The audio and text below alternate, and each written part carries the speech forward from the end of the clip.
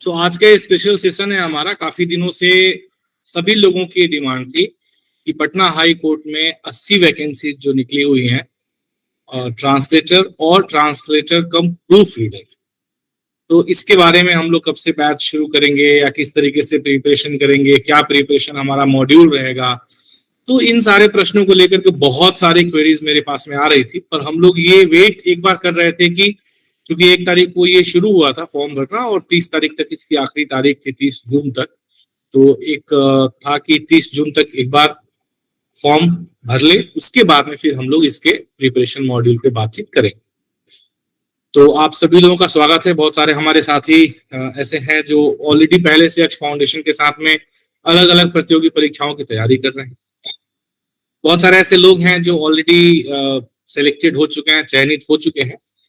एक हाथ में उनके पास ऑलरेडी ज्वाइनिंग लेटर है और वे और अन्य परीक्षाओं के लिए भी तैयारी कर रहे हैं, तैयारी में लगे हुए हैं। और बहुत सारे ऐसे साथी हैं जो आज पहली बार नए हमसे जुड़े हुए हैं। तो सभी लोगों का इस पटल पे आज बहुत बहुत स्वागत है। और अगले हम 20 से 25 मिनट में चर्चा करेंगे पटना हाई कोर्ट के लिए ट्रांसलेटर जो पद है उसके लिए सिलेबस क्या है, एग्जाम का पैटर्न क्या है, क्या नई चीजें इस बार है जो पिछली बार नहीं थी।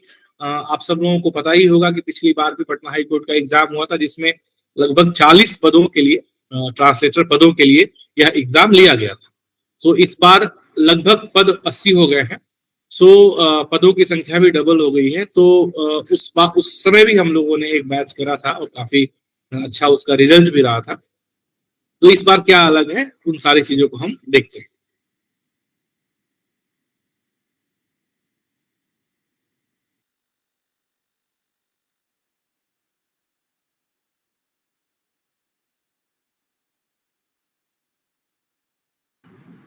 इसका सिलेबस और एग्जाम पैटर्न क्या है उससे हम लोग शुरुआत करते हैं।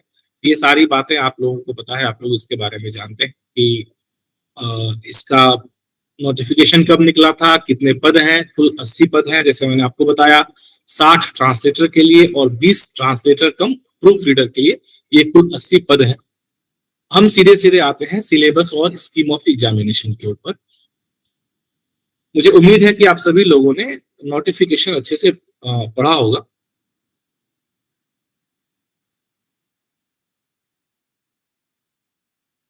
तो कुछ कुछ ऐसे पॉइंट्स नोटिफिकेशन में जिनके बारे में हम लोग विशेष रूप से डिस्कस कर लेते हैं। सबसे पहले तो सुवास सेल।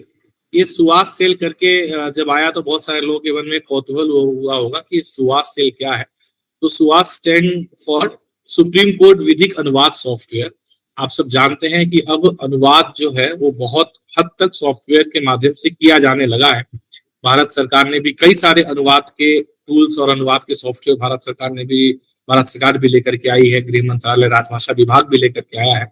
तो एक तरीके से एक जो अनुवाद सेल है जिसे इन लोगों ने सुवास सेल का नाम दिया हुआ है, तो उस सुवास सेल के लिए ट्रांसलेटर और प्रूफ रीडर की ये वैकेंसी से। एक क्वेश्चन जो बड़ा ऑब्वियस रह रहा था जब आप लोग फॉर्म भर रहे थे कि सर हम लोग इसमें से कौन से पद के लिए ऑप्ट करें, मतलब पहला प्रेफरेंस हम लोग ट्रांसलेटर को दें या प्रूफ रीडर को दें। तो ऑब्वियस सी बात है, प्रूफ रीडर हमेशा एक अपर लेवल होगा ट्रांसलेटर से, यानी कि ट्रांसलेशन करने के बाद आप उसे वेटिंग करने के लिए, प्रूफ रीडिंग करने के लिए देंगे। तो इस तरीके से आप लोगों ने अप्लाई किया होगा। 3 स्टेज में ये परीक्षा ली जानी है, जिसमें कि पहला रिटेन टेस्ट होगा, उसके बाद आपका सीपीटी यानी कि कंप्यूटर प्रोफिशिएंसी टेस्ट होगा और उसके बाद में आपका इंटरव्यू होगा। इस बार सीपीटी जो कंप्यूटर प्रोफिशिएंसी टेस्ट है उसे पिछली बार की तुलना में थोड़ा सा अलग किया गया है, जिसके बारे में हम लोग बात करेंगे। रिटेन टेस्ट भी इस बार अलग है, जिसके बारे में हम लोग बात करेंगे। और साथ में इंटरव्यू जैसे पिछली बार भी था और इस बार भी इंटरव्यू है। तो 3 स्टेज का आपका ये एग्जाम होना है। अगर बहुत ज्यादा नंबर ऑफ एप्लीकेंट्स हों तो ऐसी स्थिति में आपके रिटर्न से पहले एक स्क्रीनिंग या preliminary test based on your documents और ऐसा कुछ भी किया जा सकता है, इसकी संभावना है। हालांकि जो एक मोटा मोटा हम लोगों ने अंदाजा लगाया कि लगभग 12 से 13 हजार एप्लीकेशंस इस एग्जाम के लिए पड़े। तो 12 से 13 हजार हो सकता है, ये 14 हजार या 15 हजार भी हो सकता है। तो ये एक मोटे तौर पे एक संख्या है। ये कोई ऐसा किसी सरकारी स्रोत से ये आंकड़ा नहीं है, एक अंदाजा जो भी एप्लीकेशन फॉर्म भरे गए उसके आधार पे एक जो अंदाजा हमने लगाया है तो लगभग लगभग 15,000 के आसपास आप मान के चल सकते हैं कि एप्लीकेंट्स इसमें आपके कॉम्पिटिटर्स हैं जिनके साथ आपको कॉम्पीट करके और ये 80 पद में से आपको अपना पोस्ट अपने लिए एक पद सुरक्षित करना है। ठीक है। सो स्टेजेस ऑफ एग्जामिनेशन, 3 स्टेजेस मैंने बताया। इसमें पहला रिटेन टेस्ट है। रिटेन टेस्ट में कुल 200 मार्क्स के रिटेन टेस्ट है, जो कि 2 पार्ट में अगर हम इसको देखें, हालांकि 2 पार्ट का मतलब ये नहीं कि 2 बार में लिया जाएगा, इसे लिया 1 बार में ही जाएगा, पर ये 2 पार्ट में है। पहले पार्ट में आपका 80 मार्क्स के एग्जाम होंगे जो कि ऑब्जेक्टिव क्वेश्चंस होंगे, एमसीक्यू होंगे, और दूसरे पार्ट में ये 120 मार्क्स का ट्रांसलेशन, जिसको कि डिस्क्रिप्टिव पेपर कहा गया है, वह डिस्क्रिप्टिव पेपर उसमें दूसरे भाग में इसका लिया जाएगा। बीच में 15 मिनट का समय आपको मिलेगा जिसमें कि वे लोग ओएमआर शीट कलेक्ट करेंगे। मतलब आपका एग्जाम ओएमआर शीट पे होना है, आपको गोला रंगना है, और ऐसा करने के लिए आपको 45 मिनट का समय दिया जाएगा। पहले 45 मिनट में आपको अपने ऑब्जेक्टिव पेपर करने हैं और उसके बाद 2 घंटे आपको मिलेंगे अनुवाद करने के लिए।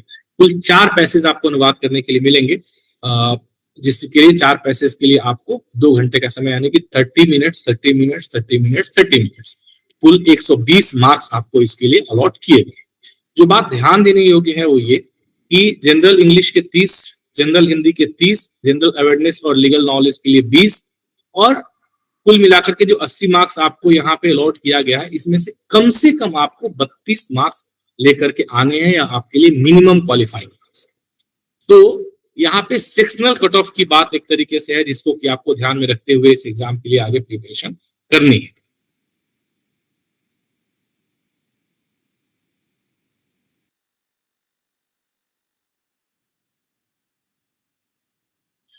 इसके बाद हम आगे देखते हैं। अगर आप ट्रांसलेशन सेक्शन की बात करेंगे तो इसमें कुल 2 घंटे का समय आपके पास में, कम से कम 48 नंबर 48, यानी कि 40% मार्क्स जो है आपको यहाँ पे स्कोर करना आपके लिए आवश्यक है। तो इन चीजों को ध्यान में रखते हुए आगे हम लोग इसकी तैयारी और इसके पैटर्न पे डिस्कशन करेंगे। उसके बाद कंप्यूटर प्रोफिशिएंसी टेस्ट है। पिछली बार केवल कंप्यूटर प्रोफिशिएंसी टेस्ट लिया गया था, इस बार टाइपिंग टेस्ट भी है जिसके लिए 5 नंबर दिए गए हैं। तो ये आपको ध्यान रखना है, क्योंकि जब भी आप एग्जाम के लिए तैयारी करेंगे तो यहाँ पे जो कंप्यूटर प्रोफिशिएंसी टेस्ट यानी कि सीपीटी के लिए जो मार्क्स एलोकेट किए गए हैं, उसमें 5 नंबर टाइपिंग के लिए और 20 नंबर आपके वर्ड और एक्सेल के नॉलेज के लिए, क्योंकि आप सुवास सेल में जा रहे हैं जहां पर कि सॉफ्टवेयर और अनुवाद टूल के ऊपर काम होना है, बहुत सारा काम होना है। तो इसके लिए आपके पास में वर्ड और एक्सेल की नॉलेज आपको होनी चाहिए, हिंदी टाइपिंग आपको आनी चाहिए, इंटरनेट के बारे में जानकारी आपको होनी चाहिए। तो इस बार आपका जो कंप्यूटर बेस्ड टेस्ट लिया जाएगा, इसमें आपको समग्र रूप से, मतलब एज ए होलिस्टिक आपको देखा जाएगा कि आप कंप्यूटर पे पूरी तरीके से काम करने में सक्षम है कि नहीं, एक अनुवादक के तौर। ठीक है। उसके बाद में आपका इंटरव्यू है, और इंटरव्यू से पहले जिन लोगों ने उर्दू, मैथिली या संथाली ऐसी भाषा के लिए प्रेफरेंस दिया है कि हाँ उन्हें ये भाषा आती है, तो उनका एक छोटा सा अनुवाद टेस्ट लिया जाएगा, और वह आधे घंटे का होगा। उसके लिए 5 मार्क्स हैं। तो जिन लोगों ने भी लिया है वो अपर हेड में रहेंगे, उनको 5 मार्क्स में से जो भी मार्क्स वो स्कोर करते हैं तो वह उनके टोटल मार्क्स में ऐड कर दिया जाएगा। तो इस तरीके से पूरा 3 स्टेज का आपका एग्जामिनेशन है, जो मोटे तौर पे आप लोग जानते हैं। 5 टाइम्स ऑफ द कैंडिडेट्स, ठीक है, जो टोटल एडवर्टाइज वैकेंसीज है, ठीक है, यानी कि 80, तो इतने लोगों को रिटन टेस्ट में सिलेक्ट किया जाएगा। मतलब 80 वैकेंसीज हैं तो 80 गुने 5 है ना, 80 गुने 5। तो इस तरीके से बाकी जो रिजर्वेशन पॉलिसीज है और उन सब चीजों को ध्यान में रखते हुए 400 लोगों को ही चयनित किया जाना है। तो 15,000 जो मैंने एक आपको मोटे तौर पे आंकड़ा बताया, ये कोई आधिकारिक आंकड़ा नहीं है, मैं एक बार फिर से कह रहा हूं, लेकिन जो एप्लीकेशन शुरू हुए और जो नंबर, रजिस्ट्रेशन नंबर अलॉट हुआ, और कल जो आखिरी घंटों में जो रजिस्ट्रेशन हुए हैं, तो लगभग 15,000 के आसपास का आंकड़ा बैठ रहा है। तो उसमें से 400 लोगों को रिटन टेस्ट में से सिलेक्ट किया जाए। तो ये चीज आपने ध्यान में रखना है कि रिटन टेस्ट के दोनों सेगमेंट आपके लिए बहुत महत्वपूर्ण है। यानी कि पहले 80 नंबर के क्वेश्चंस, क्योंकि मैं देख रहा हूं, मुझे ये कहना क्यों पड़ रहा है और ये ओरिएंटेशन सेशन स्पेसिफिकली मुझे क्यों करना पड़ रहा है, क्योंकि बहुत सारे लोगों को मैंने देखा कि सब लोग ट्रांसलेशन के ऊपर बहुत ज्यादा एम्फेसिस करेंगे। ट्रांसलेशन ठीक है, ट्रांसलेशन बहुत जरूरी है, 120 मार्क्स का ट्रांसलेशन है आपका, जो कि लगभग आपके, अगर हम लोग 200 मार्क्स की बात करें तो 200 मार्क्स में से आपका 60% वह कॉन्स्टिट्यूट करता है 120 मार्क्स। परंतु उसके साथ में 40% जहां पे आप अच्छा स्कोर कर सकते हैं, मैं बार बार कहता हूं कि जनरल हिंदी, जनरल इंग्लिश, ये इसमें चूंकि ऑब्जेक्टिव टाइप क्वेश्चंस है तो इसमें एक नंबर है तो एक नंबर है, सही है तो आपको नंबर मिलेगा, गलत है तो आपका कट जाएगा। तो मतलब ये है कि आप निश्चित तौर पे उतने मार्क्स स्कोर कर सकते हैं, तो ये आपके लिए एक पॉजिटिव पॉइंट है। तो उस पर भी आपको ध्यान देकर के चलना है, क्योंकि वहां से आप मार्क्स उठा सकते हैं जो आपके मेरिट बनाने में आपको काम आएगा। बाकी अनुवाद पे तो आपको ध्यान देना ही देना है, ठीक है। सो ये 5 टाइम्स कैंडिडेट यहाँ पे सिलेक्ट किए जाएंगे, और फिर उसके बाद में कंप्यूटर प्रोफिशिएंसी टेस्ट के लिए आगे यदि हम देखेंगे तो वहां पर 3 टाइम्स जो है कैंडिडेट्स इंटरव्यू के लिए सिलेक्ट किए जाएंगे, ठीक है। सिलेबस जो है जनरल इंग्लिश का, जैसे हम लोग अभी पढ़ते भी आए हैं, एसएससी के लिए भी आप में से काफी सारे लोग तैयारी कर रहे हैं और बाकी अन्य प्रतियोगी परीक्षाओं के लिए तैयारी कर रहे हैं, तो उसके जो सिलेबस होते हैं नॉर्मली कॉम्पिटेटिव इंग्लिश के और कॉम्पिटेटिव हिंदी के, लगभग लगभग वही सिलेबस यहाँ भी है। बहुत ज्यादा वेरिएशन या डेविएशन नहीं है। परंतु ये एक चीज जो हमें ध्यान देने योग्य है कि जो आपके क्वेश्चन का लेवल होगा that will be of graduation level. ऐसा नहीं कि वो 10th या 12th लेवल का नहीं है, ये ग्रेजुएशन लेवल का होने वाला है। तो थोड़ा सा इसका लेवल अपर हैंड की तरफ रहेगा। पर हाँ, इस बात को लेकर के आप लोग रेस्ट एश्योर्ड रहें कि जिस तरीके से हम लोग तैयारी कर रहे हैं, जिस लेवल पे हम लोग तैयारी कर रहे हैं, तो निश्चित तौर पे हम लोग एक सही ट्रैक पे चल रहे हैं। और हमारे जो तैयारी का लेवल है, क्योंकि पिछली बार 2023 में एसएससी ने जो ट्रांसलेटर का एग्जाम लिया है और उन लोगों ने जो एक लेवल सेट कर दिया है, तो अपने आप हमारी तैयारी का लेवल ऊपर की तरफ बढ़ गया है। सो ग्रामर में आपका article, tense, active, passive voice, direct indirect speech और preposition, conjunction, parts of speech, ये सारे कवर होंगे। Comprehension, spelling test, synonyms, antonyms, one word substitution, मतलब सारी वर्बल एबिलिटी के जितने भी टॉपिक्स हैं ये सब इसमें कवर हो रहे हैं। Sentence completion, structure, rearrangement, common errors, idioms and phrases, तो ये सारे टॉपिक्स ऑर्डिनरली कवर किए जाएंगे। मतलब ऐसा नहीं है कि यही कवर होगा, इसके अतिरिक्त भी टॉपिक कवर हो सकते हैं। तो ऐसा नहीं सोचना है कि नहीं इसमें लिख दिया तो इसके अलग से कुछ भी नहीं पूछेगा। यहाँ पे वर्ड इन लोगों ने यूज किया है, will ordinarily cover the following topics, मतलब इसके अतिरिक्त भी संभावना इन्होंने अपने लिए बना के रखी हुई है कि मन किया तो हम इसके अतिरिक्त भी पूछ सकते हैं। तो आपको हर तरह से, हर एंगल से अपने आप को तैयार रखना है। हेलो जी सर। जी सर, जी आवाज आ रही है।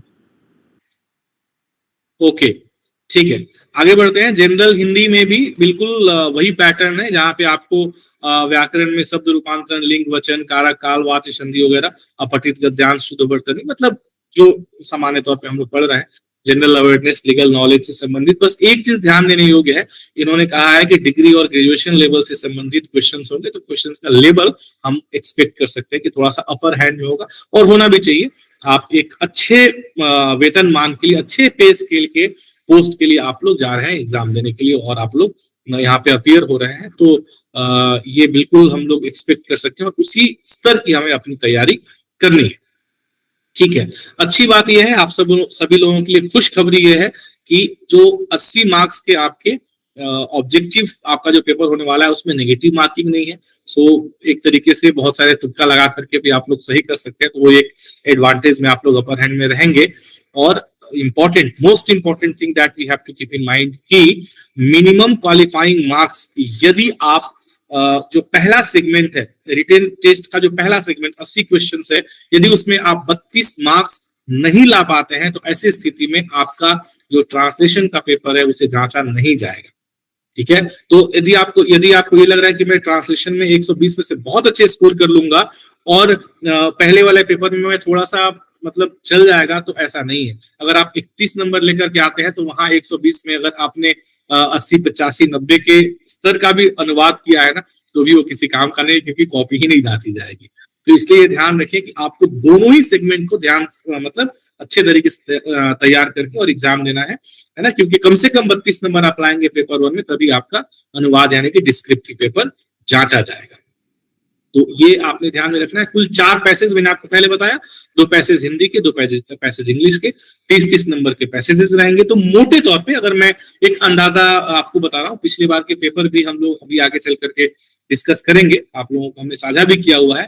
तो मोटे तौर पे 300 शब्दों के आसपास, 300 साढ़े 300 शब्दों के आसपास का पैसेज हो सकता है, संभावना है। मतलब 200 हो सकता है, 250 हो सकता है, हाँ 200 के आसपास, 300 ज्यादा है, 200 के आसपास के आपके पैसेज हो सकते हैं। ठीक है।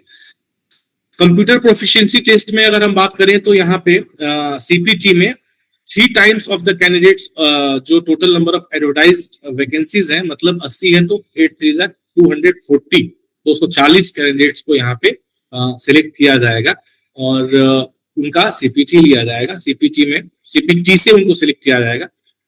सीपीटी में आपका 20 वर्ड्स पर मिनट, 20 वर्ड्स पर मिनट आपको देखने में बहुत ज्यादा लग सकता है, लेकिन 20 वर्ड्स पर मिनट बहुत ज्यादा टाइपिंग स्पीड नहीं है, बहुत नॉमिनल टाइपिंग स्पीड अगर आपकी है तो भी आप 20 वर्ड्स पर मिनट टाइपिंग कर सकते हैं।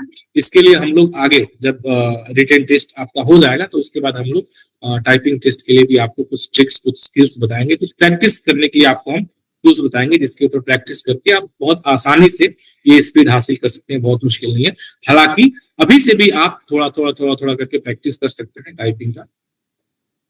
बाकी एमएस वर्ड, एमएस एक्सेल में 10-10 मार्क्स यहाँ पे अलॉट किए हुए हैं, इसके बारे में आप सभी लोगों को जानकारी है।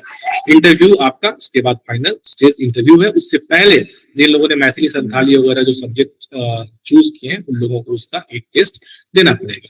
तो अब हम बात करते हैं कि हम लोगों ने जो एक तैयारी, एक प्रिपरेशन किया हुआ है, एक जो स्ट्रेटेजी तैयार करी हुई है, इस एग्जाम को कैसे हमें प्रिपेयर करना है। अगले 90 डेज का स्ट्रेटेजी हम मान के चल रहे हैं कि 90 डेज में ये एग्जाम होने की संभावना हो सकती है, तो 90 डेज में हम इसे किस तरीके से तैयार कर सकते हैं। So basically already SSC GST के लिए हमारे सेशन चल रहे हैं। जो लोग भी पटना हाई कोर्ट के लिए ऑलरेडी, जो लोग आरएपीसी में हैं और जो एसएससी जीएसटी के सेशन में ऑलरेडी हमारे साथ में है, तो उन लोगों के लिए तो सेशन ऑलरेडी चालू है और जो भी पटना हाई कोर्ट के लिए कंटेंट इत्यादि हम लोग देंगे वो सब कुछ आरएपीसी के जो भी कैंडिडेट्स हैं उन लोगों के लिए वो अवेलेबल है। जो भी नए साथी हमारे साथ आकर के तैयारी करना चाहते हैं तो उन लोगों को ये जो सेशन है उसमें क्या क्या कंटेंट हम लोग प्रोवाइड करने का कर रहे हैं, जिससे कि आपका एक पूरी तरीके से होलिस्टिक प्रिपरेशन हो सके। सो इसमें रिटन टेस्ट जो कि हमारे लिए एक बड़ा बैरियर है और हमारे लिए एक बड़ा लक्ष्य है, क्योंकि रिटन टेस्ट में यदि हम लोग अच्छा स्कोर कर लेते हैं तो आगे चल करके हमारी जो कह सकते हैं कि डिपेंडेंसी इंटरव्यू इत्यादि पे कम हो जाएगी और हम एक तरीके से फाइनल मेरिट लिस्ट में आने के लिए ज्यादा अपने आप को सुनिश्चित कर सकते हैं।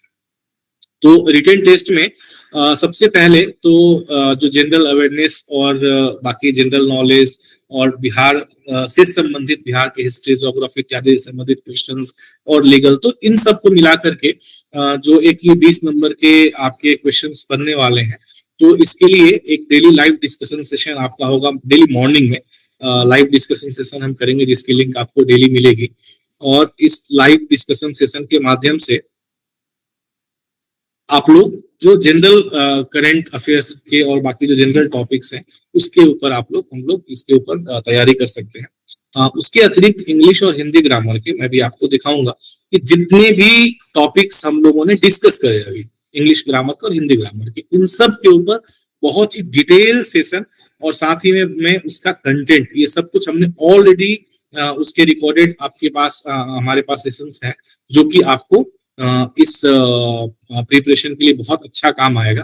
तो वो सब कुछ आपको अवेलेबल हो जाएगा। उसके अतिरिक्त जो 80 क्वेश्चंस का आपका ऑब्जेक्टिव बेस्ड जो क्वेश्चन पेपर होगा, जो फर्स्ट हाफ का क्वेश्चन पेपर होगा, उसके लिए मॉक टेस्ट बहुत जरूरी है। अल्दो आपका एग्जाम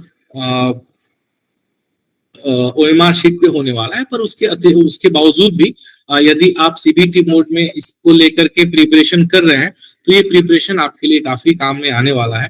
तो एग्जैक्ट उसी मॉड्यूल में उन्हीं सारे टॉपिक्स को कवर करते हुए जो कि आपके सिलेबस में दिया हुआ है, 80 क्वेश्चंस के 45 मिनट्स के सीबीटी यानी कि कंप्यूटर बेस्ड मॉक टेस्ट आपके लिए अवेलेबल है हमारे लर्निंग एप्लीकेशन के ऊपर। वो मैं आपको अभी लाइव भी दिखा दूंगा। तो अभी उसमें एक मॉक टेस्ट अवेलेबल है, डेमो मॉक टेस्ट। तो वैसे एक मॉक टेस्ट प्रतिदिन या एक दिन छोड़ के एक दिन आपके लिए मिलता रहेगा। तो मतलब हमारा ऐसा प्रयास रहेगा कि अगले लगभग 3 महीने के अंदर में कम से कम 40 से 50 मॉक टेस्ट आप उस लेवल के मॉक टेस्ट, जैसा वहां पे कहा गया कि भाई ग्रेजुएशन डिग्री लेवल के आपके क्वेश्चंस होंगे, तो उस लेवल के ठीक उसी पैटर्न में उन सारे टॉपिक को कवर करते हुए मॉक टेस्ट आपको हम प्रोवाइड कर देंगे। उसके साथ साथ में सेक्शनल मॉक टेस्ट, जैसे वॉइस से रिलेटेड अलग, नरेशन से रिलेटेड अलग, पार्ट्स ऑफ स्पीच में noun, pronoun, adjective, verb, adverb, है ना, उससे रिलेटेड। तो इस तरीके से जितने भी टॉपिक्स दिए हुए हैं, साथ में वर्बल एबिलिटी में कॉम्प्रिहेंशन से या क्लोज टेस्ट से या फिर ग्रामेटिकल एरर जो होते हैं उनसे रिलेटेड या सेंटेंस रीअरेंजमेंट से रिलेटेड, तो जो एक स्टैंडर्ड कॉम्पिटिटिव क्वेश्चंस होते हैं तो उस तरह के मॉक टेस्ट आपको मिल जाएंगे। सेक्शनल मॉक टेस्ट, जो कि ऑलरेडी 300 से ज्यादा मॉक टेस्ट अवेलेबल है, जो कि आपको जैसे आप इस सेशन में आते हैं तो आपको सारे मॉक टेस्ट आपके लिए अवेलेबल हो जाएंगे, तो आप डेली के हिसाब से उसको अटेम्प्ट कर सकते हैं और प्रति वीक उसमें नए नए और भी मॉक टेस्ट ऐड होते जाते हैं। तो ये सब कुछ आपको मिल जाएगा। उसके अतिरिक्त ट्रांसलेशन प्रैक्टिस हम लोग करेंगे डेली बेसिस पे। हम लोग translation practice Patna high court के लिए लीगल बेस्ड ट्रांसलेशन प्रैक्टिस करेंगे, और ट्रांसलेशन प्रैक्टिस जो आप करेंगे, जो असाइनमेंट्स आप देंगे, उसके ऊपर फीडबैक यदि आवश्यक होगा तो आपको पर्सनलाइज्ड फीडबैक भी दिया जाएगा। जब आप पेपर 1 क्वालिफाई कर जाएंगे, मतलब रिटन टेस्ट क्वालिफाई कर जाएंगे, तो आगे कंप्यूटर प्रोफिशिएंसी टेस्ट के लिए भी हम लोग आपको कुछ जो भी ट्रिक्स या जो भी किस तरीके से आपको तैयारी करनी है, विशेषकर टाइपिंग के लिए। बाकी वर्ड एक्सेल तो आप लोग वैसे भी मास्टर होंगे, और इंटरनेट प्रोफिशिएंसी में तो कुछ कहने की आवश्यकता नहीं है, आजकल के जनरेशन तो वैसे ही मास्टर है। पर टाइपिंग, हिंदी टाइपिंग के लिए आपको जरूर हम उसके लिए गाइड करेंगे। उसके लिए तो हम लोग संभवतः उससे पहले भी एक सेशन करेंगे, जिसमें कि हम लोग एक मोटे तौर पर आपको बता देंगे कि कैसे, कौन से फॉन्ट में और किस तरीके से आपको टाइपिंग सीखनी है, जो आपके लिए आसान होगा और आपके लिए एग्जाम में काम आएगा। ठीक है, तो एक एक करके थोड़ा सा हम डिटेल में इसको देख लेते हैं। जो हमने एक डिस्कशन सेशन की बात करी, ये रोज मॉर्निंग में 7 बजे से चलेगा। इसमें ये जो भी पटना हाई कोर्ट के लिए भी आप तैयारी कर रहे हैं, या जो एसएससी जीएसटी की तैयारी कर रहे हैं, जिसमें कि एसे राइटिंग एक बड़ा उसका सेगमेंट होता है, तो एसे राइटिंग में भी ये डिस्कशन सेशन बहुत काम आने वाला है, और ये काफी ऑन डिमांड था, इसको हमने शुरू किया। जो लोग यूपीएससी की तैयारी कर रहे हैं उनके लिए तो खैर ऑलरेडी चल ही रहा है, तो उनके लिए भी काफी काम आएगा। आगे आईबीपीएस एसओ की आप तैयारी कर रहे हैं, तो ये लगभग एक तरीके से इन सभी एग्जाम्स को कवर करते हुए मॉर्निंग का जो 7 बजे का सेशन रहेगा, ये शुरू होगा। इसको हम लोग 3 जुलाई से, यानी कि परसों से शुरू कर देंगे। तो जो लोग भी इसको, मतलब जो ऑलरेडी इसके पार्टिसिपेंट्स हो तो है ही, जो नए लोग भी इसमें पार्टिसिपेंट जो आना चाहते हैं, पार्टिसिपेट करना चाहते हैं, तो उन सभी का इस बैच में भी स्वागत रहेगा। मॉर्निंग वाला 7 o'clock से ये आपको लाइव सेशन शुरू हो जाएगा। उसके अतिरिक्त जैसा मैंने आपको बताया कि जितने भी basic Hindi grammar, English grammar, basic से सारे के सारे आपके पूरे के पूरे वीडियो मॉड्यूल में रिकॉर्डेड क्लासेस हैं, और साथ ही साथ उनका पूरा का पूरा कंटेंट भी उसके साथ में हमारे एप्लीकेशन पे या फिर आप वेबसाइट पे भी जाकर के देख सकते हैं। तो वेब ऐप भी है और मोबाइल एप्लीकेशन भी है, उस पर पूरा अवेलेबल है। तो इस मॉड्यूल में जो लोग भी आएंगे उनको ये सारी चीजें अवेलेबल हो जाएंगी। उसके अतिरिक्त मॉक टेस्ट, जैसा मैंने आपको बताया, सो इस तरीके से जैसा मैंने आपको बताया, यहाँ पे जैसे आप पटना हाई कोर्ट के लिए भी आते हैं, तो पटना हाई कोर्ट के लिए आने से भी हाई कोर्ट ट्रांसलेटर के जो मॉक टेस्ट निरंतर, मतलब प्रतिदिन एक एक नया नया मॉक टेस्ट आपको इस तरीके से आप देख पाएंगे। 80 क्वेश्चन है ना, 80 मार्क्स, 45 मिनट्स का मॉक टेस्ट है, बिल्कुल उसी मॉड्यूल में इस मॉक टेस्ट को बनाया गया है। तो ऐसे मॉक टेस्ट अपडेट होते रहेंगे, हर 1-2 दिन पे नया नया मॉक टेस्ट अपडेट होता रहेगा, सो दैट कि जो 80 क्वेश्चंस का पहला आपका सेगमेंट है वह मजबूत हो जाए। साथ में जो सेक्शनल मॉक टेस्ट है, ये टॉपिक वाइज मॉक टेस्ट है। तो टॉपिक वाइज मॉक टेस्ट है, इसमें हिंदी और इंग्लिश को मिलाकर के लगभग 300 से ज्यादा मॉक टेस्ट आपके लिए उपलब्ध है। उसके साथ में प्रीवियस ईयर क्वेश्चन पेपर, खैर ये तो जीएसटी का है, आप उसमें देख सकते हैं। ट्रांसलेशन टेस्ट भी सीबीटी मोड में है, वो आपके लिए अवेलेबल है। और इस तरीके से तो ये सारे के सारे मॉक टेस्ट जो है वो आपके लिए ओपन अप हो जाएंगे, आपके लिए अवेलेबल हो जाएंगे। जो लोग भी पटना हाई कोर्ट के लिए भी आप यदि तैयारी कर रहे हैं, तो भी आप इन सब को देख सकते हैं, और ये सारे मॉक टेस्ट का बेनिफिट ले सकते हैं। उसके बाद में जब हम लोग लीगल पैसेजेस की बात करते हैं, जो हमारे लिए एक बहुत बड़ा चैलेंज, एक बहुत बड़ी चुनौती है, तो ऑलरेडी हमारे पास में हमारे एप्लीकेशन पे लगभग 50 से ज्यादा लीगल पैसेजेस और उनके ट्रांसलेशन, जो हमने पिछली बार 2022 में जब पटना हाई कोर्ट ट्रांसलेटर का एग्जाम हुआ था, तो उस समय हम लोगों ने सारे लीगल पैसेजेस किए थे, तो ऑलरेडी अवेलेबल है। मतलब पैसेजेस भी हैं और उनका सही किया हुआ अनुवाद भी अवेलेबल है।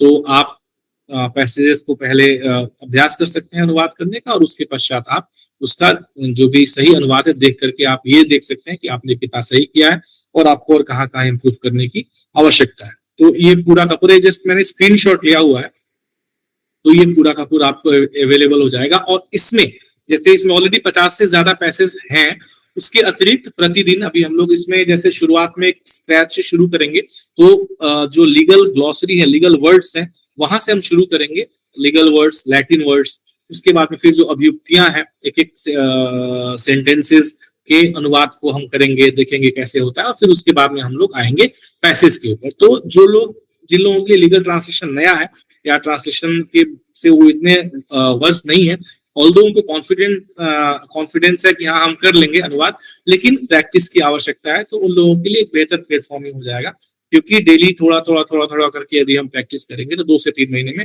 आप बढ़िया तरीके से लीगल पैसेजेस का अनुवाद कर पाएंगे। क्योंकि जो सबसे बड़ा बैरियर लीगल ट्रांसलेशन में होता है ना, वो क्या होता है, वो जो लीगल टर्म्स होते हैं, जो लैटिन टर्म्स होते हैं, वो सबसे बड़ा बैरियर होते हैं, और उन्हीं की वजह से हम लोग अनुवाद में जाकर के कहीं ना कहीं अटक जाते हैं। तो इसको हम लोग ऐसे करेंगे कि पहले हम लीगल टर्म्स को थोड़ा अपना ठीक करेंगे, जो बेसिक टर्म्स है, ऐसा नहीं बहुत हाई फाई, जो बेसिक टर्म्स है जो रेगुलर यूज होते हैं कोर्ट में, तो उसको हम लोग पहले देखेंगे, और फिर उसके बाद धीरे धीरे सेंटेंसेस, और फिर छोटे छोटे पैसेजेस, और फिर उसके बाद में बड़े पैसेजेस। तो इस तरीके से हम लोग इसको लेकर के चलेंगे, ठीक है। उसके अतिरिक्त जो भी हम लोग पैसेजेस करेंगे उसका आप लोग अनुवाद करेंगे, तो जहां पर भी आवश्यकता होगी वहां पर हम लोग उसका फीडबैक भी देंगे। इवैल्यूएशन की भी यदि आवश्यकता पड़ेगी तो हम उसे करेंगे कि आप लोग कितना किस तरीके से सही कर पा रहे हैं। और उसके पश्चात कंप्यूटर प्रोफिशिएंसी टेस्ट के लिए मैंने आपको बता ही दिया। जब आप लोग कंप्यूटर प्रोफिशिएंसी टेस्ट भी क्वालिफाई कर लेंगे और आप जब इंटरव्यू के लिए चयनित होंगे, तो उस समय हमारे द्वारा मॉक इंटरव्यूज भी कंडक्ट किए जाते हैं। पिछली बार भी हमने काफी सारे मॉक इंटरव्यूज किए थे। कुछ बच्चे हमारे उस समय सिलेक्ट भी हुए थे पटना हाई कोर्ट में, जो भी ऑलरेडी वहाँ पे ट्रांसलेटर के पद पे हैं। तो मॉक इंटरव्यू भी काफी हेल्पफुल होता है। मतलब आप रियल इंटरव्यू में जाने से पहले यदि एक बार आपका मॉक इंटरव्यू हो जाता है, तो आपको थोड़ा कॉन्फिडेंस आपके अंदर में डेवलप होता है। तो आगे चल करके हम लोग मॉक इंटरव्यू भी इसका कंडक्ट करेंगे, जिससे कि आप लोग की तैयारी और भी अच्छी सुदृढ़ हो जाएगी। सो इस तरीके से ये सारा का सारा पूरा का पूरा एक मॉड्यूल है वह चलेगा। इस पटना हाई कोर्ट के लिए स्पेसिफिकली जो भी लोग इस बैच में आना चाहते हैं, तो चूंकि हमारा ये पूरा का पूरा जो मॉड्यूल है फाउंडेशन का, ये कंट्रीब्यूशन बेस्ड है, और ये एक हम 2 से 3 महीने का एक पीरियड मान के चल रहे हैं कि अभी जून 30 जून तक इन लोगों ने नोटिफिकेशन, मतलब इनका एग्जाम भरने का डेट, मतलब फॉर्म भरने का डेट 30 जून तक है। तो आप जुलाई, अगस्त, सितंबर में हम लोग एक ये अंदाजा लगा के चल रहे हैं कि मे बी कि आपका सितंबर फर्स्ट वीक में या सितंबर सेकेंड वीक में या अगस्त लास्ट वीक में एक संभावना है कि इस तरीके से हो सकता है कि इनकी डेट आ जाए, क्योंकि बहुत ज्यादा समय नहीं लगता, ये बहुत जल्दी बहुत फास्ट इन प्रोसेसिंग का होता है, मतलब फटाफट करके और जल्दी से ज्वाइनिंग भी करा लेते हैं पटना हाई कोर्ट में। तो इसके लिए यह एक कंट्रीब्यूशन बेस्ड रहता है, जो भी ये पूरा का पूरा सिस्टम है, जिसमें कि आपको मॉक टेस्ट और ये सारी चीजें रहती हैं। तो इसके लिए जो कंट्रीब्यूशन एक डिसाइड किया गया, जो आपको एक कंट्रीब्यूशन पे करना रहेगा, वह 999 का कंट्रीब्यूशन है, 999 का कंट्रीब्यूशन है, जिसमें कि ये सारे जो भी मैंने आपको कंटेंट बताया, सारे के सारे कंटेंट आपको यहाँ पे अवेलेबल हो जाएंगे, ठीक है। तो कैसे आपको इसको ज्वाइन करना है, तो हमारा एप्लीकेशन है लर्निंग अक्ष करके, जो कि गूगल प्ले स्टोर पे मिल जाएगा। तो आप वहां से जाकर के गूगल प्ले स्टोर से उसे डाउनलोड कर सकते हैं, डाउनलोड करके साइन अप कर सकते हैं। साइन अप करके आप लॉग इन करेंगे और उसमें पूछेगा which exam you are preparing for, तो आप आरएफपीसी एसएससी ये सिलेक्ट करेंगे। आप एसएससी देख के आपको ऐसा नहीं सोचना कि एसएससी का है, नहीं, आरएफपीसी करके उसमें जितने भी अनुवादक परीक्षाएं होती हैं उनका हम लोग कंटेंट वहीं पे एक जगह तैयार करके रखते हैं, ताकि, क्योंकि सामान्य तौर पर ऐसा होता है ना कि जो बच्चे अनुवादक परीक्षाओं की तैयारी करते हैं, तो वो एक ही बच्चा सीबीएसई के लिए भी तैयारी कर रहा है, वही बच्चा आईबीपीएस के लिए भी कर रहा है, वही बच्चा एसएससी के लिए भी कर रहा है, पटना हाई कोर्ट के लिए भी कर रहा है, रेलवे अनुवादक की भी तैयारी कर रहा है, लोकसभा अनुवादक की भी तैयारी कर रहा है। तो सब एक जगह मिल जाने से आप लोगों के लिए थोड़ा सा अच्छा हो जाता है। तो इसीलिए हमने एक आरएपीसी मॉड्यूल में सबको रखा है। एसएससी नाम इसलिए उसके साथ में रखा हुआ है क्योंकि एसएससी मेजर है, मतलब हर साल निकलना है और ज्यादा उसके पद निकलते हैं। तो आरएपीसी एसएससी आपने सिलेक्ट करना है और फिर उसके अंदर में जा करके जो पटना हाई कोर्ट के लिए स्पेसिफिकली आना चाहते हैं उनको वहां पे या तो मैं लिंक आपको डायरेक्ट प्रोवाइड कर दूंगा, आप वहां से कर सकते हैं, नहीं तो वहां से भी आप अलग अलग मॉक टेस्ट और वीडियो कोर्सेज करके सिलेक्ट करके आप वहां से इसे ले सकते हैं। तो इस तरीके से आपका ये पूरा का पूरा मॉड्यूल चलेगा। सो अपना समय देने के लिए आप लोगों को और इस सेशन को सुनने के लिए बहुत बहुत धन्यवाद। ये जो वीडियो है जो अभी हम लोग बात कर रहे हैं ये रिकॉर्डेड है, यूट्यूब पे आ जाएगा। यूट्यूब में लिंक में भी आपको, यूट्यूब के डिस्क्रिप्शन में भी आपको इस पटना हाई कोर्ट के सेशन को ज्वाइन करने का लिंक मिल जाएगा। यदि आपके और भी दोस्त इसके लिए तैयारी कर रहे हैं तो आप उन लोगों को भी इसके बारे में बता सकते हैं। हाँ आलोक जी, पेमेंट करने का ऑप्शन मैंने आपको बताया कि लिंक मैं अभी आप लोगों को डाल दूंगा। गूगल मीट के भी के मैसेज में भी मैं लिंक डाल दे रहा हूँ, और साथ ही साथ यूट्यूब में अभी ये वीडियो आ जाएगा तो उसमें भी लिंक मैं डाल दूंगा। ठीक है, तो पूछ सकते हैं आप लोग। मुझे 1 मिनट का समय दें, प्रश्न कल से स्टार्ट होंगे।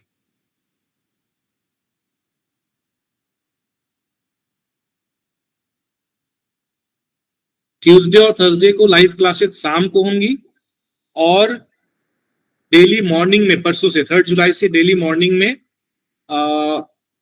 7 बजे से लाइव क्लास होगी, जिसमें कि हम लोग करंट अफेयर्स, जनरल नॉलेज और बाकी टॉपिक्स के ऊपर चर्चा करेंगे। शाम को ट्यूसडे और थर्सडे को इंग्लिश ग्रामर की क्लासेस होंगी, और बाकी जो टॉपिक्स हैं, क्योंकि 2 महीने में हम सारा टॉपिक लाइव क्लास में कवर नहीं कर सकते, तो बाकी टॉपिक आपको रिकॉर्डेड फॉर्म में हमारे एप्लीकेशन पे अवेलेबल है, जिसकी रिकॉर्डिंग आपको एप्लीकेशन पे मिल जाएगी। साथ में उसी टॉपिक से रिलेटेड कंटेंट भी आपको वहां से मिल जाएगा। और कोई क्वेश्चन? शाम की क्लास का टाइमिंग 9 बजे से, रात को 9 बजे से, ट्यूसडे और थर्सडे को। पैसेज ट्रांसलेशन के लिए डेली मॉर्निंग में पैसेज आपका उसमें एप्लीकेशन पे आ जाएगा, दिन भर का समय रहेगा, आप उसको करिए। शाम को उसका हम लोग जो करेक्ट ट्रांसलेशन है वो उसमें अपलोड करेंगे।